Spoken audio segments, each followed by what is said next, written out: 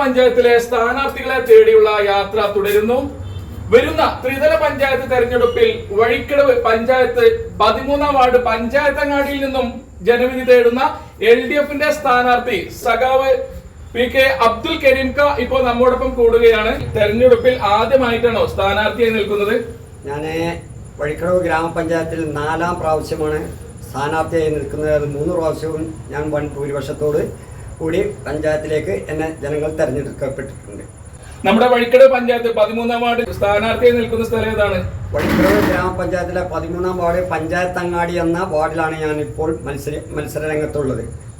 ഈ വാർഡിൽ നിന്നും വിജയിച്ചു കഴിഞ്ഞാൽ ആ നാട്ടിലെ ജനങ്ങൾക്ക് വേണ്ടി എന്ത് പ്രവർത്തനങ്ങൾ അല്ലെങ്കിൽ എന്ത് വികസനമാണ് താങ്കൾ കൊണ്ടുവരിക? വഴിക്കടവ് ഗ്രാമപഞ്ചായത്തിനകത്തുള്ള വാർഡിനകത്ത് കിട്ടാവുന്ന ഫണ്ടുകൾ പഞ്ചായത്തിൽ നിന്ന് ഉപയോഗിച്ചും കൊണ്ട് വികസനം നടത്തും. 1. 2. പഞ്ചായത്തിന് പുറത്തു നിന്നുള്ള ബ്ലോക്ക്, ജില്ല, സംസ്ഥാന സർക്കാരിൻ്റെ ഫണ്ടുകളും വാങ്ങിയെടുത്തും കൊണ്ട് ഈ വാർഡിൻ്റെ വികസനം ഞാൻ കണ്ടെത്തും. വികസനത്തിന് വേണ്ട ഫണ്ട് കണ്ടെത്തും.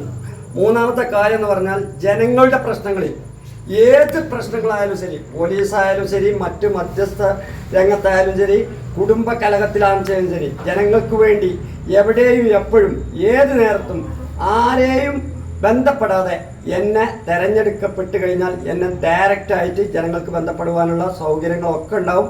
വിളിക്കുന്ന സ്ഥലത്ത് അപ്പോൾ എത്തി കാര്യങ്ങൾ അവരോടൊപ്പം നിന്ന് പരിഹാരമാർഗം കണ്ടെത്തുകയും ചെയ്യും. ഈ സഖാവ് അബ്ദുൽ കരീം ക ഇപ്പോൾ നിലവിലെ മണൽപ്പാടം 7-ാം വാർഡിലെ മെമ്പറാണ്.